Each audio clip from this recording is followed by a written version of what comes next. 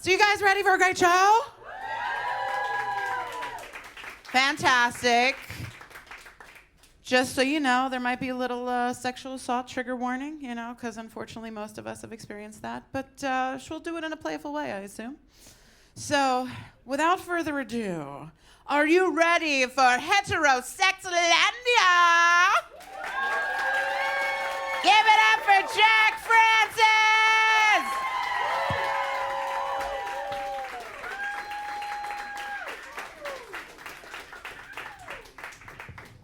Thank you, Rachel Green, for that illustrious introduction. I wonder all the time if I'm a narcissist. I really do. I'm like, is it me? Am I my dad, kind of a narcissist, and then am I a narcissist? And people tell me that because I'm asking that question, I'm not a narcissist. So I feel chuffed about that. So who here is dressed for the job they want? Yes, I saw their hand go up. Will you stand? Tell me about your outfit. I can't. You're in the glare. I can't see. World Tour Monster. I'm a shitty bartender. You're a shitty bartender. Okay, good job. Is anybody else dressed for the job they want? Yeah. Yeah. Raise your hand. You're not gonna get that job with a half-assed hand up. Who wants to show their outfit? Show me your outfit. What do you got? What's the job you want? Yes. She already or what are your pronouns? She, her. She already has the job she wants. What is your job that you have?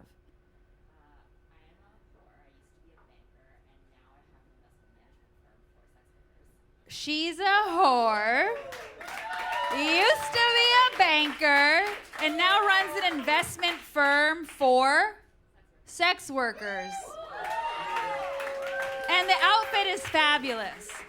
The outfit is fabulous. Because I heard somewhere like dress for the job you want. And so I am dressed for the job I want. What do you see? Slutty ringleader, sexy Tinkerbell. Okay. The female Joker. Oh, I love that. Thank you. I mean, I like all of these, but I'm a villain. I'm a villain. I'm a hot villain because I spent 35 years trying to be good. And all it did was make me a lying sack of shit. If you don't know, that's called people pleaser. It's funny that the Aquarian isn't a people pleaser. Maybe I just hadn't progressed into that part of my chart yet. Because I was such a people pleaser for so long, and I learned that people pleaser is just a fancy word for liar. Liar. I lied about so many things. I didn't even know I was lying. I didn't even know. The lies started. I don't even know when the lies started, but the lies really got deep with bulimia. Anybody been there? Hey, right? Bulimia, it's very common. 1 in 4 people have disordered eating. We should talk about it. I lied about everything. And then I got better. I went to the therapist, and I had one rule for getting therapy. One rule. Don't lie to the therapist. And I got better. Thank you. Yeah, I got better, right? So 1 year into my recovery, I became a stripper. And then you lie about everything when you're a stripper. You lie about your name, right? And it's to protect you. It's for safety. But I just got into this habit of not knowing what was real or imaginary anymore. And I learned through a divorce that when you get caught lying, you don't have a leg to fucking stand on. Doesn't matter. It doesn't matter. All the but doesn't matter because you fucking lied. I lied. And I'm free now. I'm good. But I decided to stop. Thank you. I love the applause for my personal growth. Everyone should do this. Everyone should do this. I lied. I stopped. But then 2 years ago, at 35 years old, I decided to conduct an experiment where I would stop lying for 1 year. Jim Carrey's an idol for me. So I was like, okay, let's just see what happens. And I also got sober at the same time. Yeah, woo! Ugh. Yeah, and I learned that when you do those two things at the same time, stop lying and you get sober, you like never have sex again.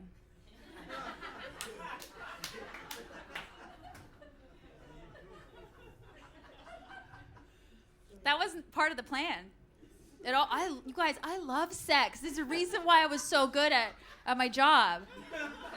I love sex. Does anyone else here like sex? I love sex. I really put a huge, I valued it very highly. You know, it took up a lot of my life and like no shade, right? I loved it, but I think I just like hit the sex thing pretty hard for like 15 years. So my body is just like, time out. You're not gonna fuck anyone because when you're sober. Is anybody here sober?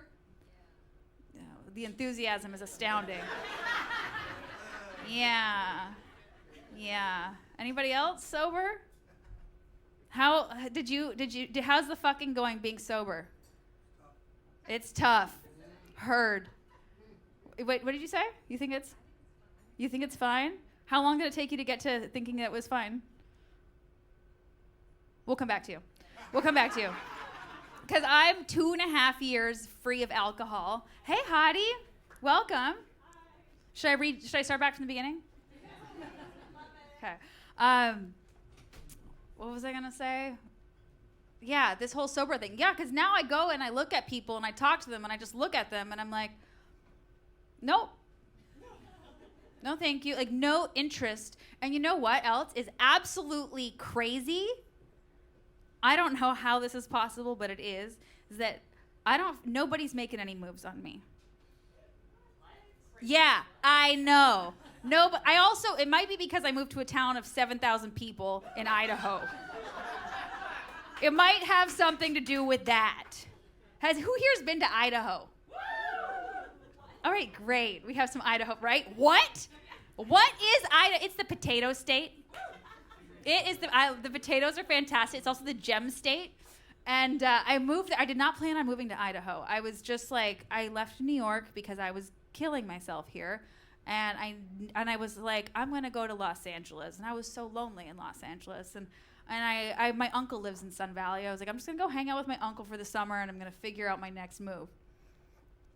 And so I go to Sun Valley, Idaho. It's cute, guys. It's like the Hamptons in the mountains.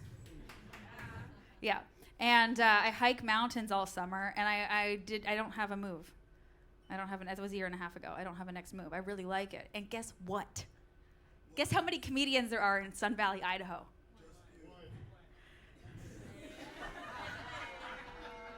Do you know how busy I am? I am doing great. I am booked. Because you know that people need to laugh everywhere? Everywhere. And I was like, when I got there, I was like, am I going to have to like hide who I am in this place? Will I be well received?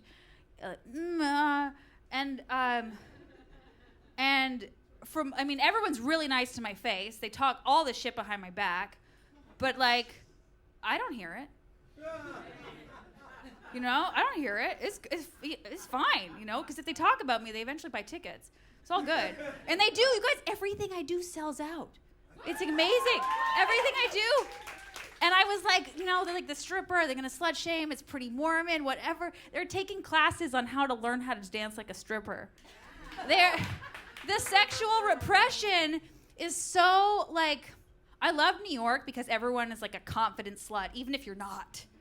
You know, like, it's just like you have to be confident to survive here, right? I always say that New York cut me into the diamond that I am today.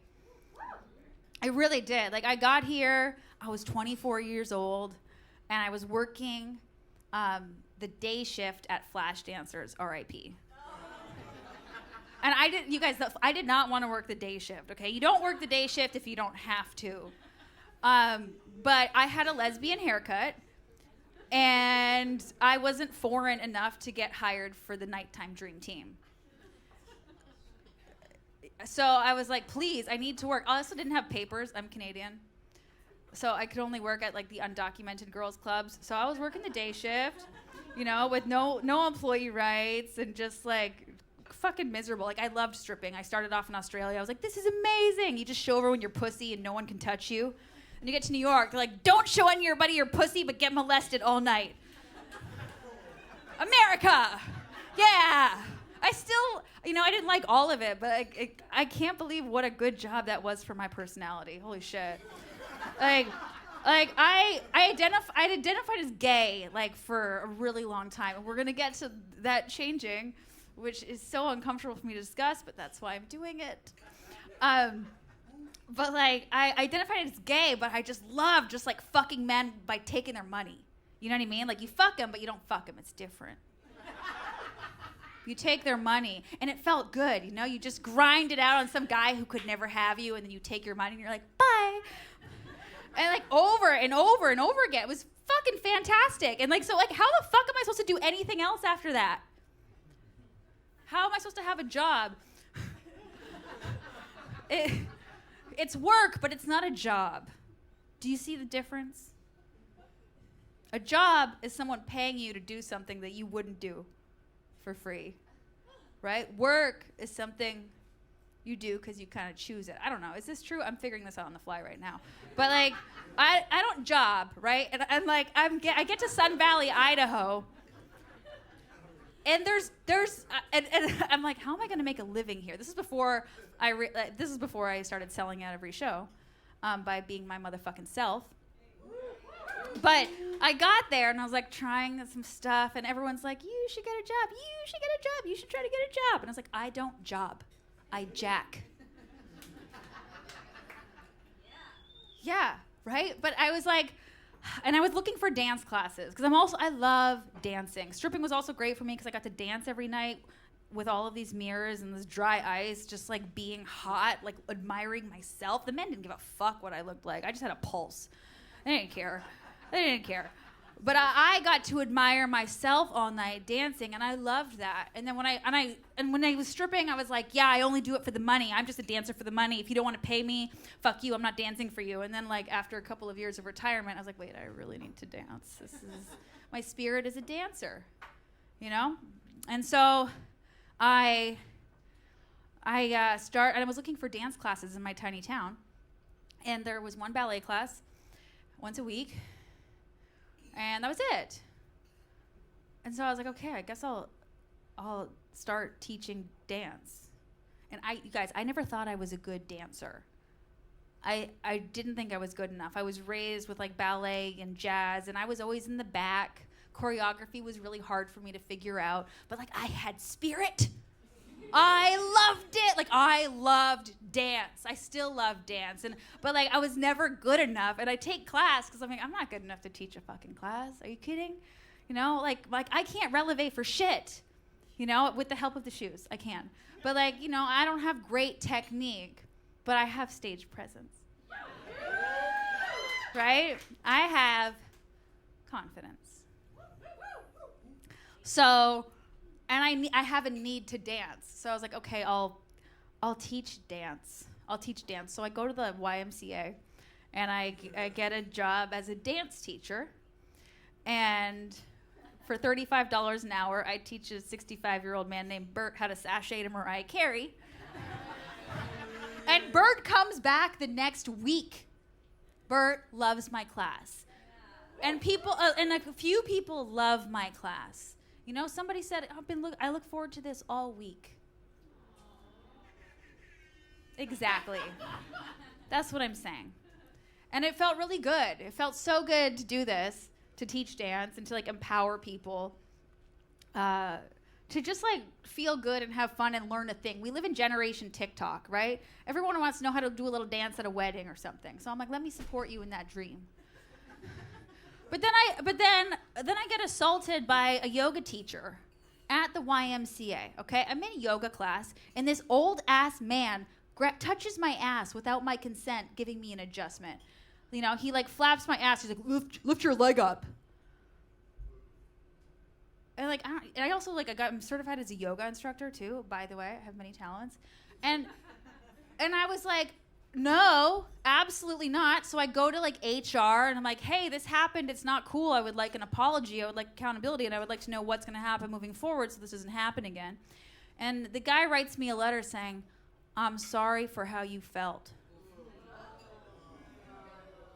Right? I was pissed. I was really pissed, and like and I was like, well, fuck you guys. I'm not working here anymore. And it took a really long time to go through this whole procedure of like filing a complaint with HR. Have you guys done that before? Sorry to bring this up. It's shitty memory for everyone probably, but like they made me feel like I was fucking crazy. They were like, he would never do that. He's a yoga teacher. I'm like, yeah, anyway. I don't want to give him too much more airtime, but I was like, no, done. So I started teaching my own private class, teaching people how to fuck the floor. You know? I was like, all right, the class is now more expensive, and we're doing stripper moves, and please wear something sexy, and we have black lights. You know, like, it was good. It happened because it empowered me to start teaching dance, but like, ew. And they expected me to accept as an employee, I'm sorry how you felt. I asked them. I was like, this is not a good apology. Can I help you write a better one? And they were like, no. And they were like, I'm like, can I talk to Redacted about this? And they were like, no, that would be inappropriate. I'm like, well, can I attend his class again? They're like, absolutely. But I can't talk about the assault. No. And so I was talking to my friend. She works in HR. She's a little Zoomer. She's 24 years old, and she was like, and she told me, she was like, you know, prepare for your HR meeting, like write it down, be as descriptive as possible. So I did, and I told her, I was like, this is fucked. Like nothing worked out, and they just wanted me to accept a fake apology that was empty that said, I'm sorry for how you felt. And she's like, yeah, being an employee means you have to eat shit sometimes. Guys, I don't job. This is why I don't job. This is why I don't job. Because in my culture, where I come from, you can touch my ass. But we have to have a discussion about it, and we're going to set a rate. I love when people touch my ass for money. I miss it so much. There's no strip clubs in Idaho. There's none. Well, there's one, but it's like 8 hours driving north. I'm not doing it. So I'm like, how do I still be me? You know, how do I still be a stripper without being a stripper anymore? I know, I'm a stripper forever. That's why I named my company. I tried to like cancel my company at the bank the other day. She's like, you can't. Strippers forever. I'm like, all right, it's good. But so I think like what ended up happening is that I've started dating men.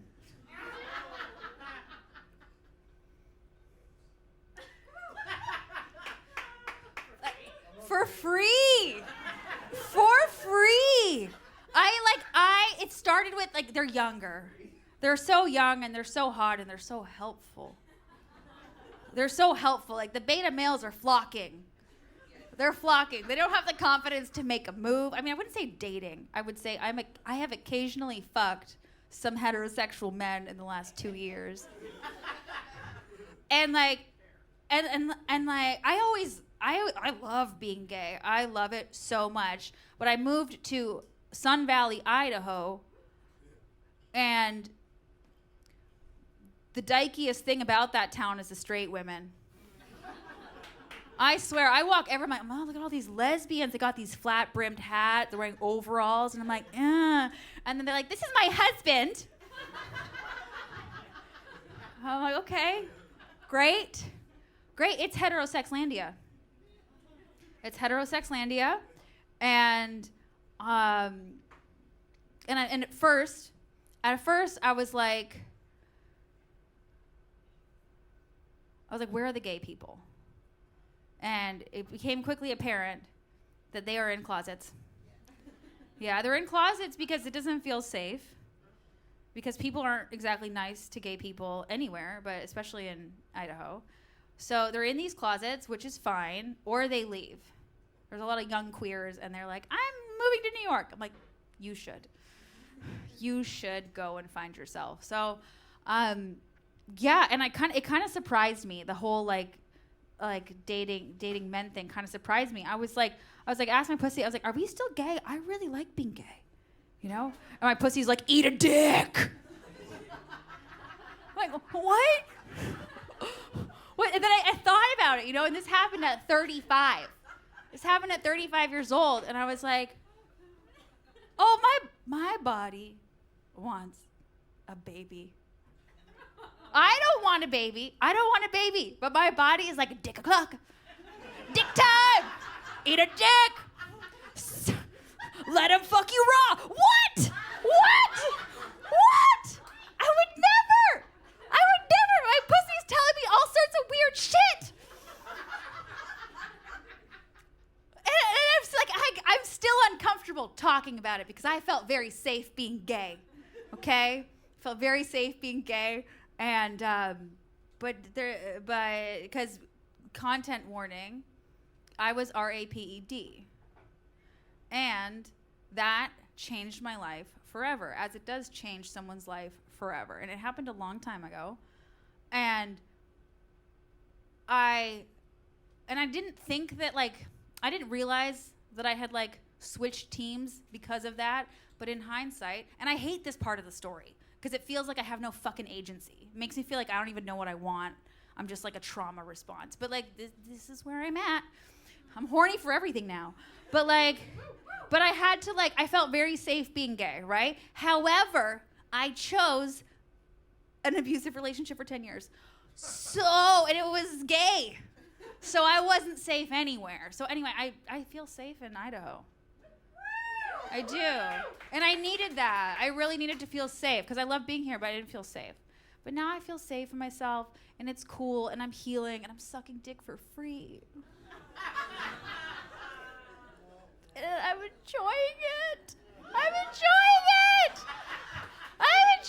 What is happening?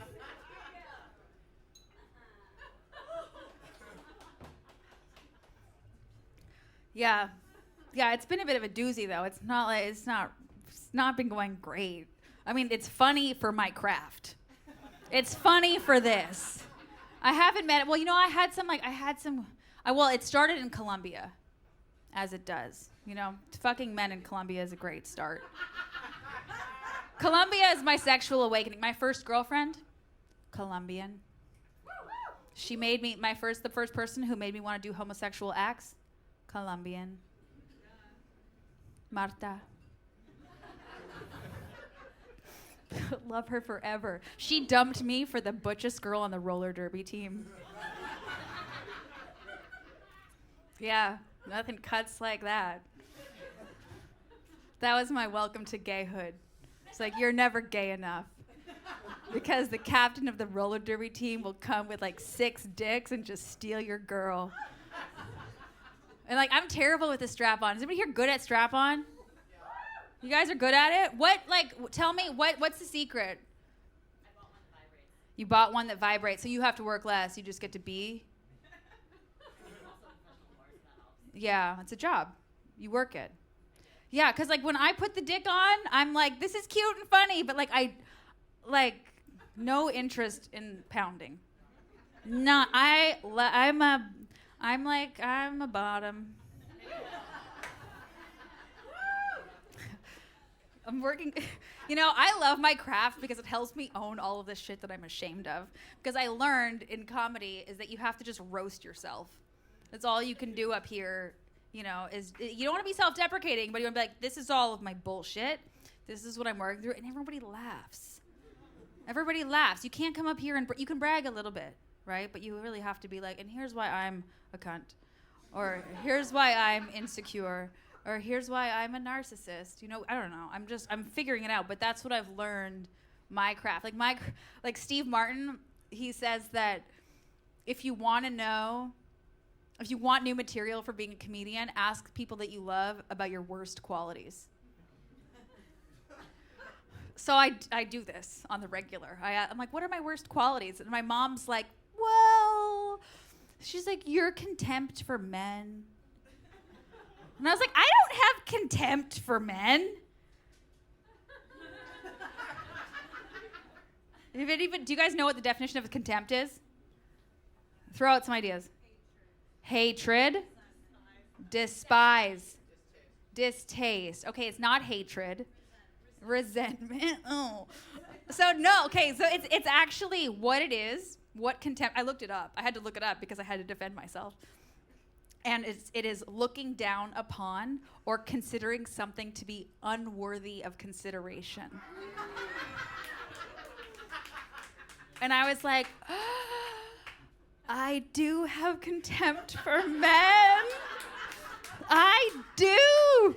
And I didn't grow up with any good ones. And I some shit has happened to me at the hands and dicks of men. You know what I mean? Like it's understandable why I'm here, but I'm trying to heal that shit so that when I suck dick for free, it's like, holistically a good idea. Yeah, like I'm really on a spiritual quest to find love, and I kind of like want it to be a man. It doesn't have to have a dick. I don't care. You can buy a dick at the store.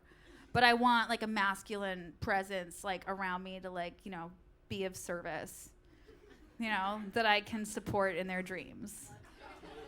Like, but like occasionally, like once a month. I'm still a whore. Do you know what I mean? Like I still kind of, and it's hard to like not be like, I think part of this show, and like it's different every night the way I talk about it because I rely on your help, but I'm like, how can I not, how do I like not be a whore, but I love being a whore, but I would like a relationship. Like how do I have all of that? Because I just see men as resources.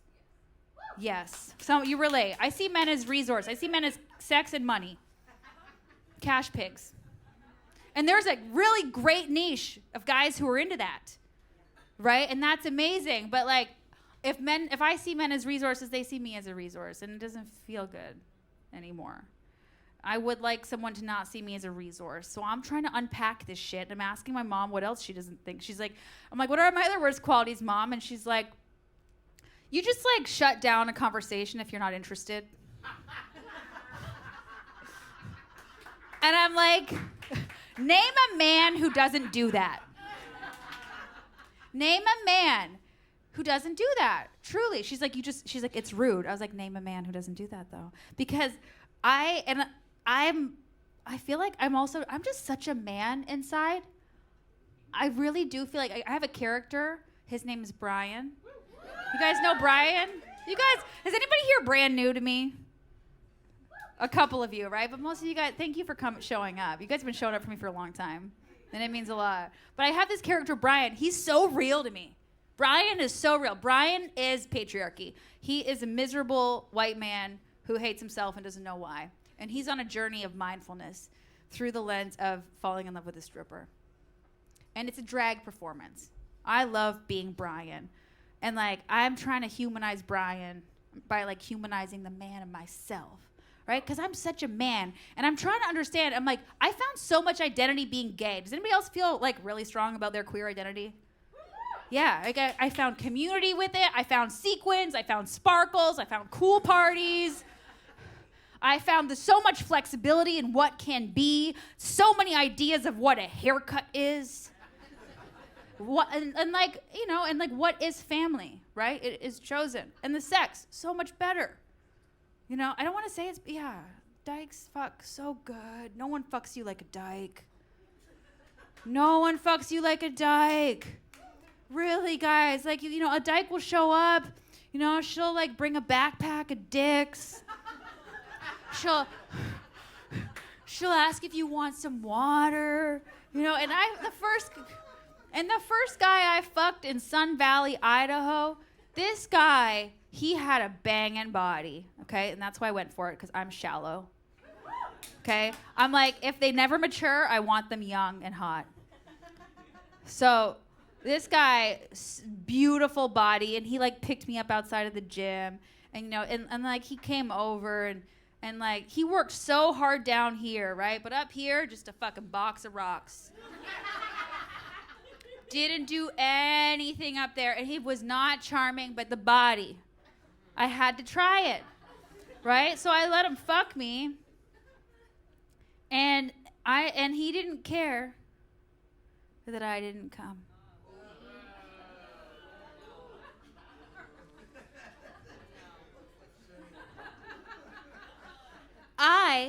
come from Lesbian Island, where I have been for 15 years. And on Lesbian Island, that is all we care about.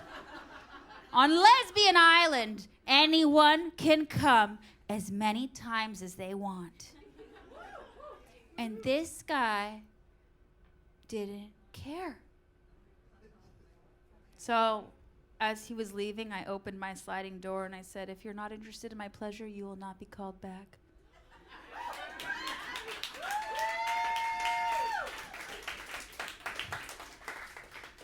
Yeah, and he texted me a couple days later. He's like, "Is anyone giving it to you tonight?"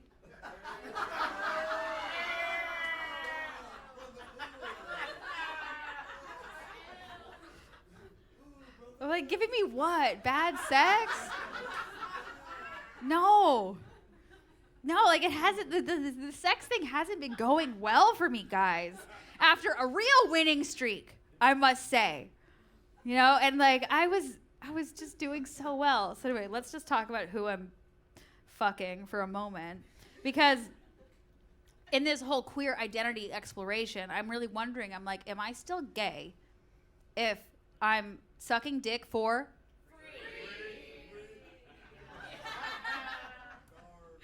am I? Like what is queer if it's not eating pussy? This is bisexual. I hate that word. Why?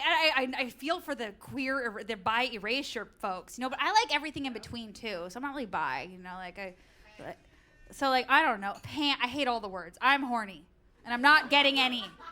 I'm horny and I'm not getting any. And this is where I'm at.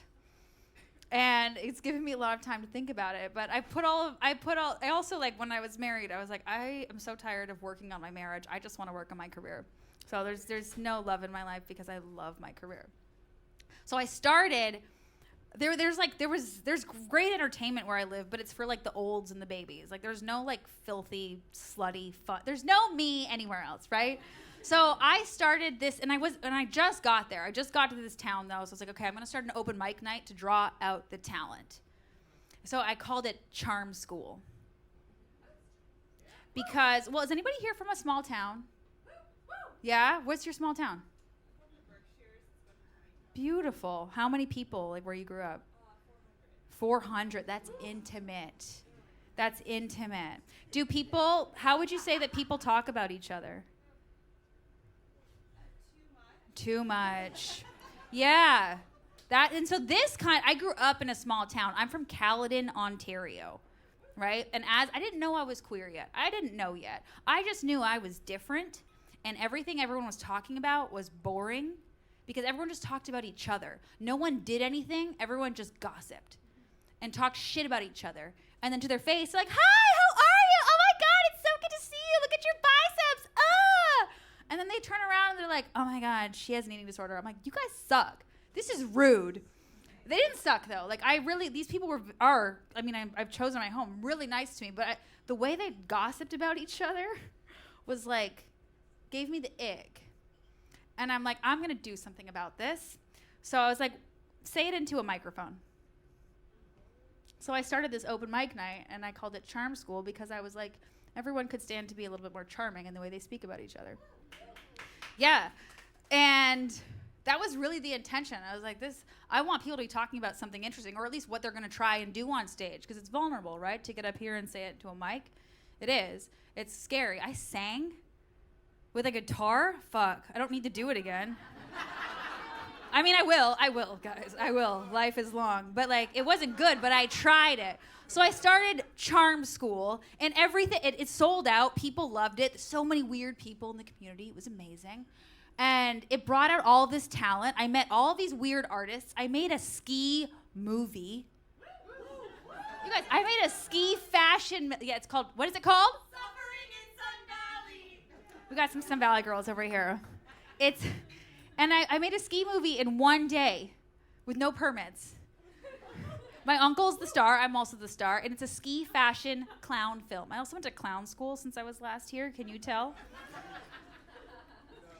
so like I met all of these amazing people, and it was so much fun. And every charm school has a theme. Like I like to give a costume theme, hence dress for the job you want, because this tiny town needs an opportunity to dress up. They love to dress up. So I give a theme. So we had a drag night. We had a drag night, and it was really fun. It was really fun. So I was getting ready for drag night. I'm in the dog park walking my dog. I got a dog, guys. I'm healing my heart. No notes.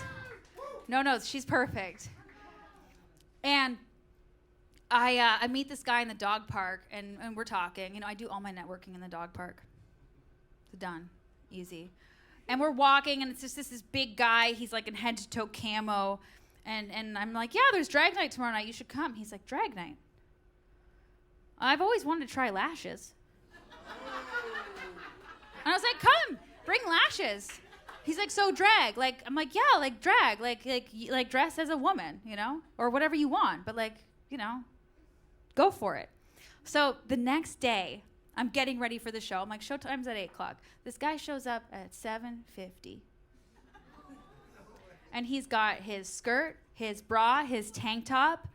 And I'm like, this is great. And he asks me, he's like, will you do my makeup?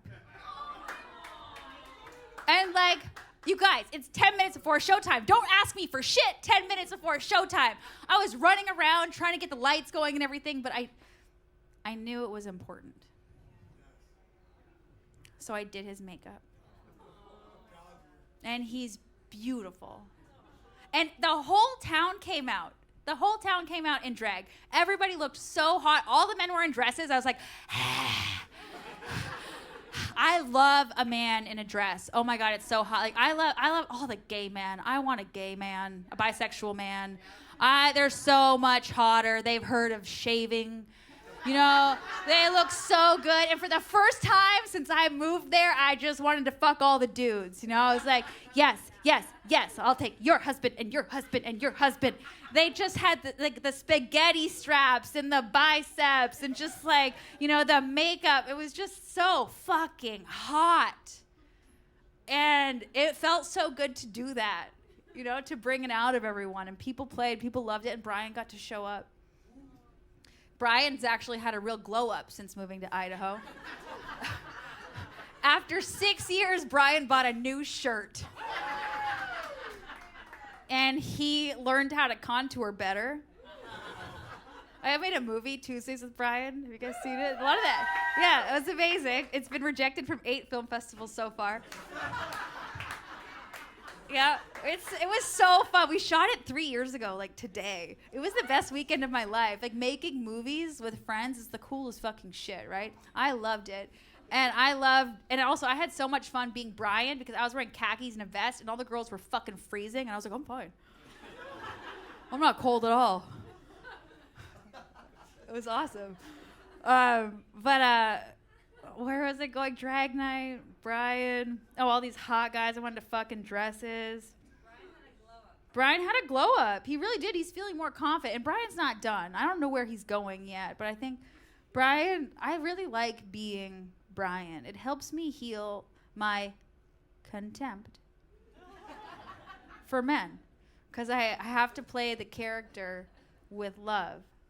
Well, that's how I feel about everything that I need to play. Is I need to play it from like a real place of like, who is this person? And it turns out men are just hate themselves, and they're too afraid to do the work.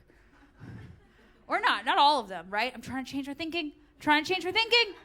Men have a lot of healing to do, and they want to do it, and they're excited to do it. They journal, they meditate. Yeah. They work on their daddy issues? God, I'm working on mine. Let's have a drink. So, cheers. Here's my water. Yo, guys, I'm so snatched because I stopped drinking alcohol. This is great. I really, go drink whatever you want. It took me 35 years to stop drinking, but it's great. But again, I'm not going to fall into anyone without alcohol. Alcohol was a really good way to fuck somebody. You're just like, oh, I'm drunk. I'm going to fall into you. Now I don't fall into anyone. I just stare at them. And I'm like, I'm not laughing. So But I call like a shorthand for where I live now, I call it Cougar Canyon because it's just replete with cougars, with gorgeous, wealthy, toned, ambitious, successful women. Yes. Come visit. Come visit. The cougars are amazing. And they all hook me up with men. Like, I don't do the apps, but all the cougars bring me men all day. They're like, Jacq, I got one for you. I got one. And some of them are good, some of them are bad, some of them work for me, some of them are gay. You know what I mean? Like, but they all bring me men, and they really think it's like a good idea. And sometimes it's a good idea, but the most recent one, this cougar Alex, she's like, do you want to meet a cute boy I met at the airport? Right, we have Alex fans. She brings me a guy at the airport. I'm like, sure, I'll meet him. I don't know, like whatever. And I meet this guy.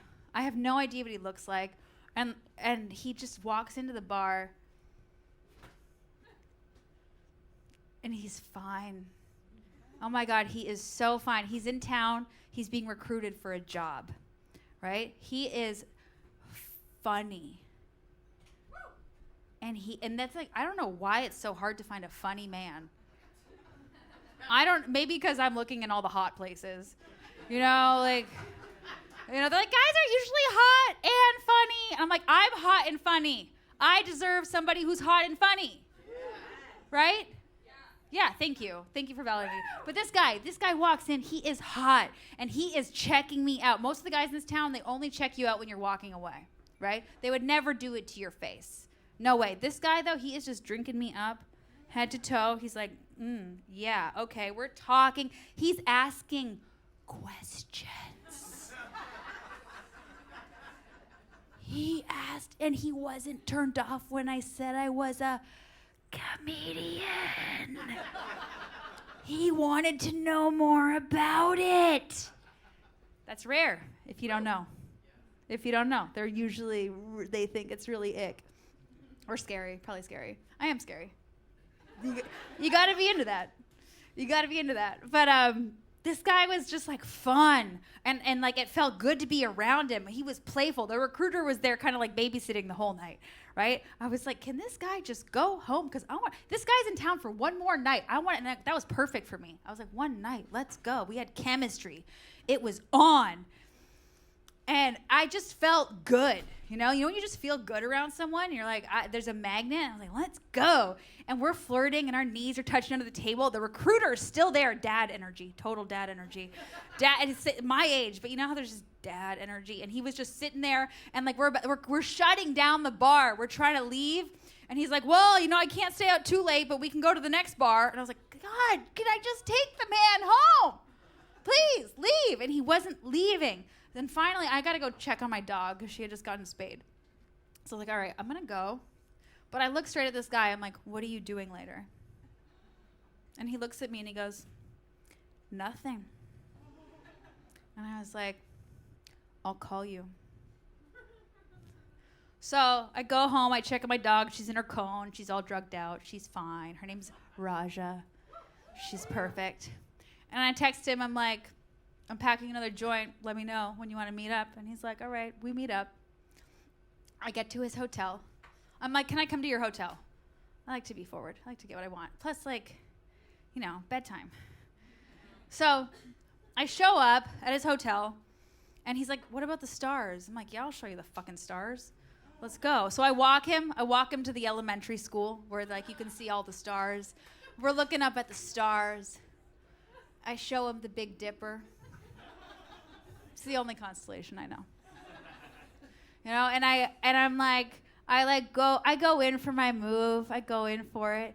And he's like, I can't do anything with you, Jacq. And I'm like,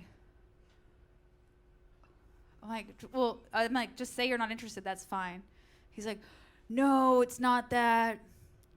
I have a girlfriend of 7 years. That's exactly, and I was like, okay, well, I have a nail appointment in the morning. I got to go. Bye.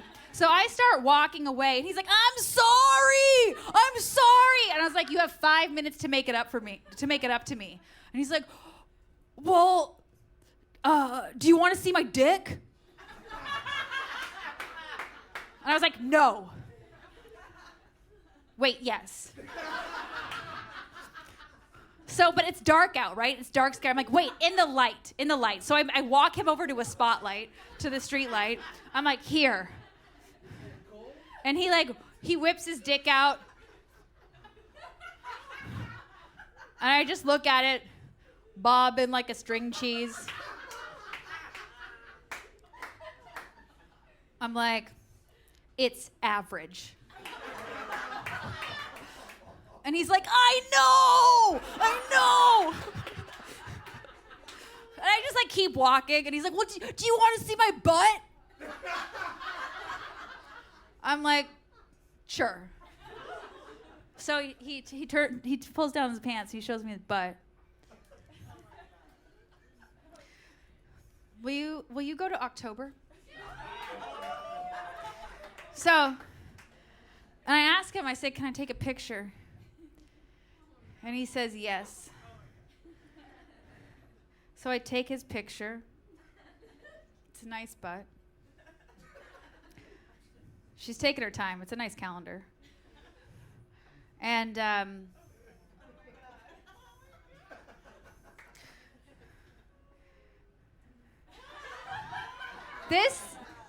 Mr. October.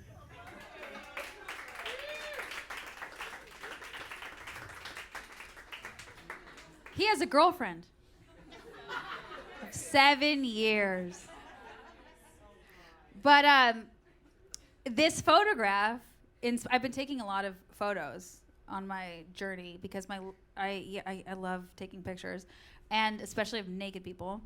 And this photograph inspired this whole calendar called Sun Valley Safari, which is a beautiful calendar of naked local athletes.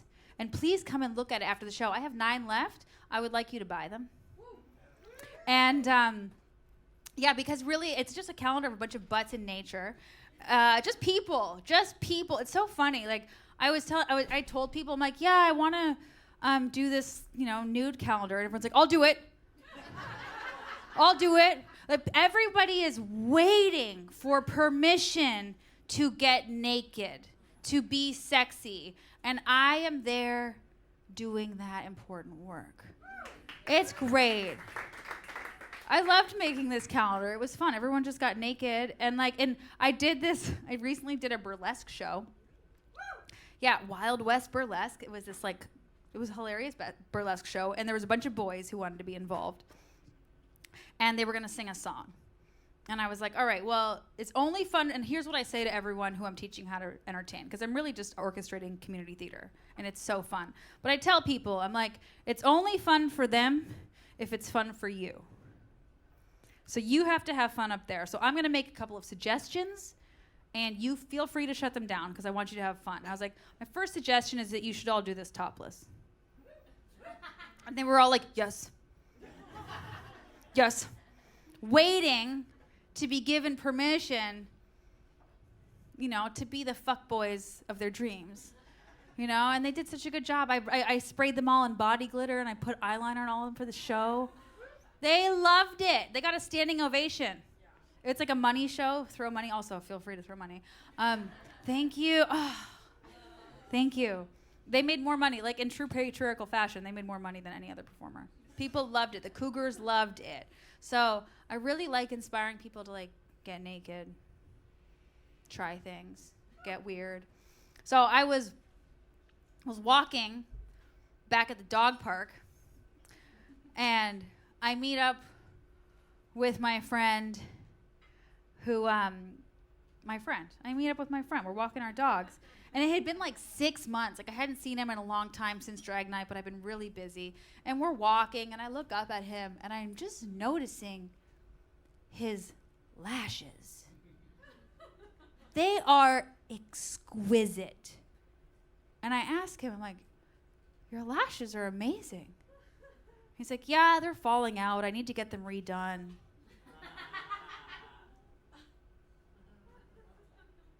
And that made me feel so good.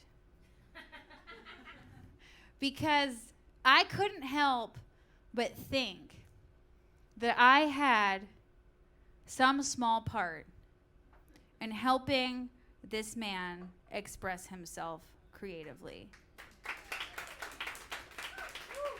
Yeah, and I'm asking all these like questions. I'm like, what is queer if it's not eating? Pussy, right? What is it? And I'm learning like what. And then so I got a gig, and it's also being a comedian in a tiny town is hilarious because you get the weirdest jobs. Like I emceed a wedding with a kid style karaoke microphone and like a tiny little like box. So I'm walking around trying to MC the wedding, but if you walk more than like 8 feet away from the box, it like you get all feedbacky, they can't hear it. So this woman, Mary, who is like this like folk singer in her 60s, she's followed me around like Say Anything with this boombox, and I'm trying to walk around MCing this wedding, and then like what other, I've had the weirdest gigs, and it's fun. Like I got to do my first auction. Guys, auctioneering is just charismatically asking for money. I meant to do this kind of work. I love charismatically asking for money. So I auctioned my friend's athletic endeavor thing, and I got that money going.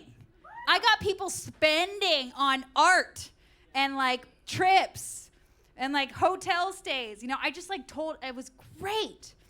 And so I want to go to auctioneer school. There's an auctioneer school in Bozeman, Montana, which is not too far from where I live, and I would like to go. It's in February. I'll tell you all about it. But there's so many gigs. But one of the gigs I got was Pride. Okay, Pride in Sun Valley. It was family-friendly Pride, and it was in a field. It was beautiful. It was a field, but it was for kids, and I was really like. I'm like, what is pride if it's not leather daddies and eating? Pussy. Good job. Good. You're getting. Can you get louder? Pussy. Eating. Pussy. Thank you. But I couldn't say that. Thank you. I couldn't say that. I couldn't say eating pussy. I couldn't talk about sex.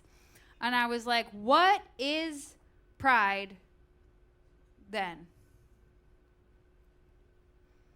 And you guys want to hear the speech? Yes.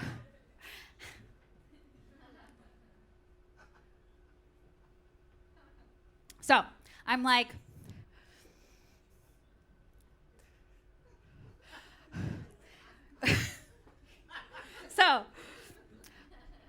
hi everyone, it is so great to be here at Pride.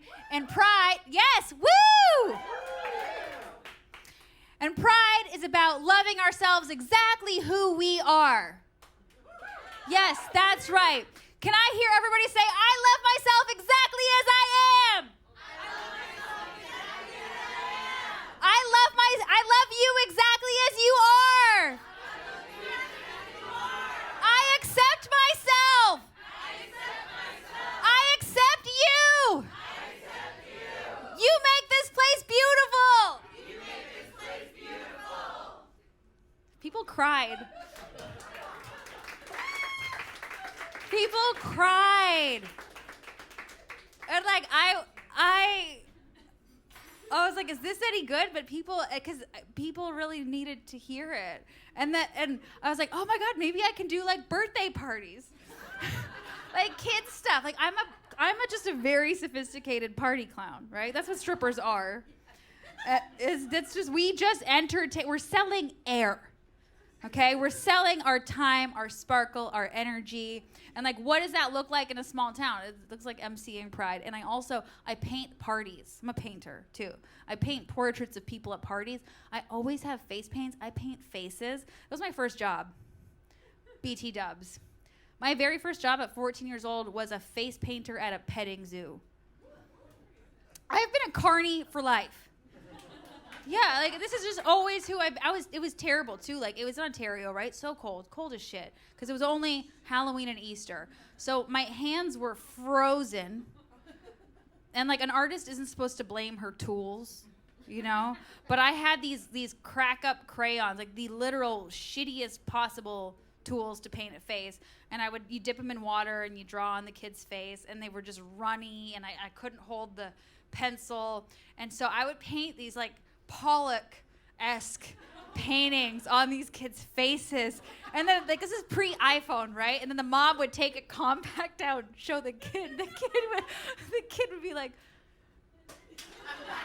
it didn't look good. It looked terrible. But like, what do you expect from a petting zoo in rural Ontario? You know? Future star Jacq Frances painting your face. But yeah, I don't know, the gigs. If you're a gig worker, you're a gig worker. And some of the gigs are hilarious. But yeah. But I think what I'm learning about queerness is that I think it's really important.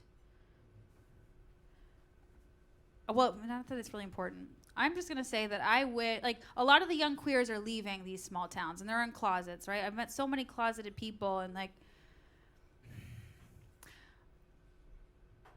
I feel like when someone, this is honest, but it feels like bad, but like, I feel like I can't trust you because you're not honest about who you are. And that's sort of like what I felt like. These people aren't ready to shine yet, so they seem kind of hiding and covert and not safe.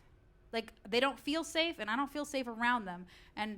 But I'm trying to just be me in this town, and I'm letting people find me. Because when I was growing up in my tiny town, there was nobody like me. And I wish there was somebody like me in my town to see what was possible, to see who you could become, that you could try anything. You could be gay, you could be straight, you could be queer, you could be pan, all the fucking words that I don't like any of them. But like, you can be that person. So I feel like my work is actually really fucking important right now, being exactly who I am in this tiny place. And I've had to let go of New York. Like, I love it here, and I love coming back. This was my home for 10 years. It made me who I am, but I really feel needed and appreciated where I am. And I just want small town queers to know that if there's ever a time where you're called to go home, you are needed there. You are really needed there. And it's okay to leave. I get it. It's important to leave. But going back just by being yourself is really powerful. Yeah. So yeah, that's where I'm at. And I'm like, what else? Do you guys want to hear about the other dicks that I've fucked? Like, okay, all right, you want to hear about my successful sober one night stand?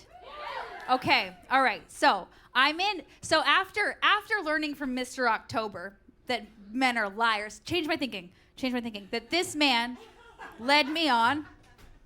I still had fun, though. I still had fun with this guy. I told him, I was like, if you're ever single, call me, call me. But I learned from this lesson. So I'm in yoga, telling the yoga instructor, not the one who assaulted me, I went to a different place. And I'm like, I think I'm just meant to be single right now. I think this is just what's happening. I think I'm just meant to it's so zen being single. Also, I still want to be single. I just want someone to fuck. New York, you guys are like, yeah, duh. 7,000 people? Very hard. But I meet this guy in yoga, Bobby. And he's got these pretty blue eyes, and we're in yoga, doing yoga next to each other. He's cute, and I ask him, I'm like, do you like to laugh? He's like, yeah. I'm like, you should come to my show. Because all I do, also social media, I don't know if you guys are having a hard time with social media, but it doesn't hit like it used to when you're promoting your work.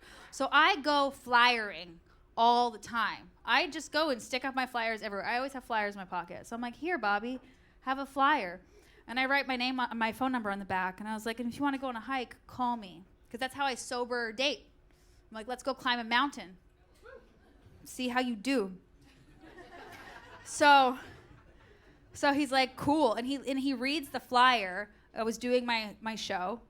and I was painting portraits as well. I was painting nude portraits as part of my show. After the show, do I have my supplies? No, not tonight. But if you want a commission, we can talk. But I was painting nude portraits after the show. So he was like, he looked at the flyer. He didn't come to my show. Surprise. But he called me, and like he was kind of going back and forth, and he was like bad at communicating, and he was sending me pictures of his son, and I was like, thank you for the unanimous cringe. I was like, this is not hot. But again, this guy's only in town for a couple days. He's visiting. I like that. I like that. I don't have to see you at there's 2 grocery stores in town. There's the nice one and the ratchet one. And either way, you got to see them. You got to see all your choices every day. You can't just run away from your choices. You're looking at them in the produce aisle. Right? So I was like, this guy's just visiting. I can fuck him and just gone. Bye. And he's a dad. You know what I like about dads? They're busy. They're busy. I love a dad, right? We love a dad, right? Just healing my daddy issues one dad at a time.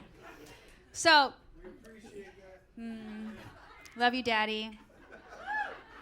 So, but he's bad at communicating. And I'm like, what do you want, Bobby? He's like, what do you mean? I was like, all right, I'll tell you what I want. I want you to take me to dinner and make me laugh.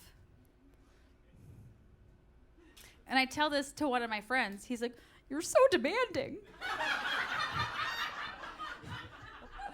I'm like, and that's why we're not fucking. But this one, Bobby, he just texts back, which restaurant? I'm like, good boy. Good boy. So I tell him which restaurant, and he texts me back. He says, I want you to paint me naked. And I was like, we'll see how dinner goes. And so we go to dinner, and he's like, dumb.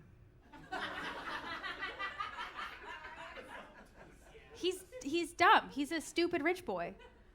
And like my first boyfriend was a stupid rich boy. I love a stupid rich boy. Do we not love a stupid rich boy? You know, like they're just like, whatever. You know? And like, but we're talking and like we get to talking politics. This is in Idaho, right? Like I have had to Dolly Parton my career.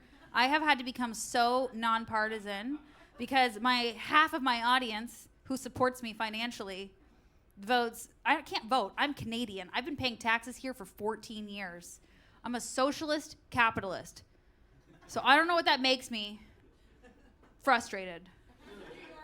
A New York, sure, right? But I'm like, I have to deal with people who I don't agree with politically all day. I think it's really important to be able to talk to people about anything, especially politics. So we talk about politics with this guy, and I'm like, who'd you vote for? He's like, Trump. He didn't want to say Trump. He didn't want to say it. And this is also another thing with the stupid rich boys. They don't want to tell you. They don't want to tell you that he looked like, and I was like, how many times did you vote for him? He's like I was going to hit him with a rolled up newspaper.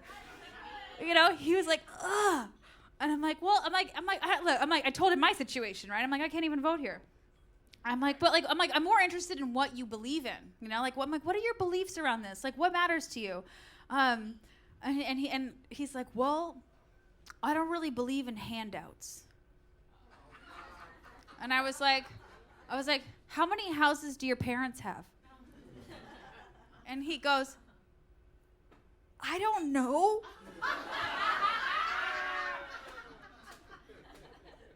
3 or 4?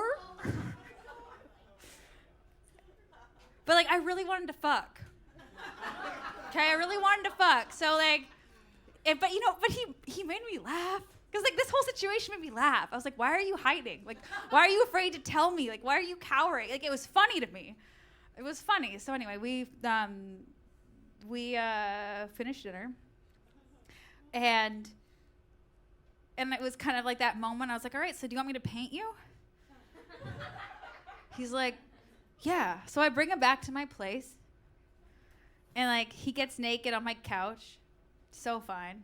So beautiful. And I'm like getting my paints out. I'm so nervous. I'm like knocking my paints everywhere. The water's going everywhere. And I'm like, ugh, like I'm nervous, you know? Like, I was trying to be so cool. I was not cool. But I sit there and I like paint like the worst portrait. like it wasn't good. Like when you paint a portrait of someone live, you're supposed to do some warm-ups, you know? You do like a couple, you throw them away. But I was just like really, he's just so hot, you know? And he's like jerking off as I'm painting him, you know? And then, you know, and like we fuck. He goes down on me for a really long time. He's gone by 11. Right? Like it wasn't so bad. It wasn't so, I didn't come, but like it's hard for me to come on the very first.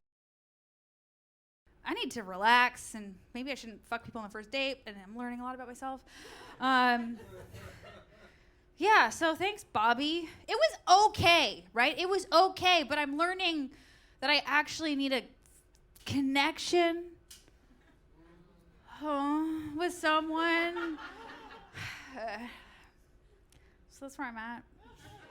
Thank you for listening. Thank you for listening. I love you guys. I love you guys so much. I love my craft. Like this, what I do saves my life every time that I do it. Like this is my accountability practice. Like when I say things into this microphone and you all witness it, it holds me accountable to the shit I say. And it makes me a better person.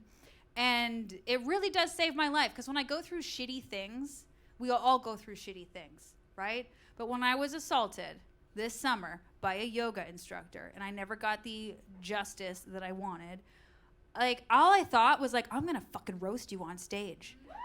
And that's what made me feel better. I was like, this is gonna be a great fucking story and I will get my justice here. And that's how I do it. Thank you. Yeah, that's how I do it. And everyone else has their own practice. But without you witnessing this, I couldn't do it. And it means so much. Like a lot of you guys, I've seen you here for like 10 years. And I can't do this without you.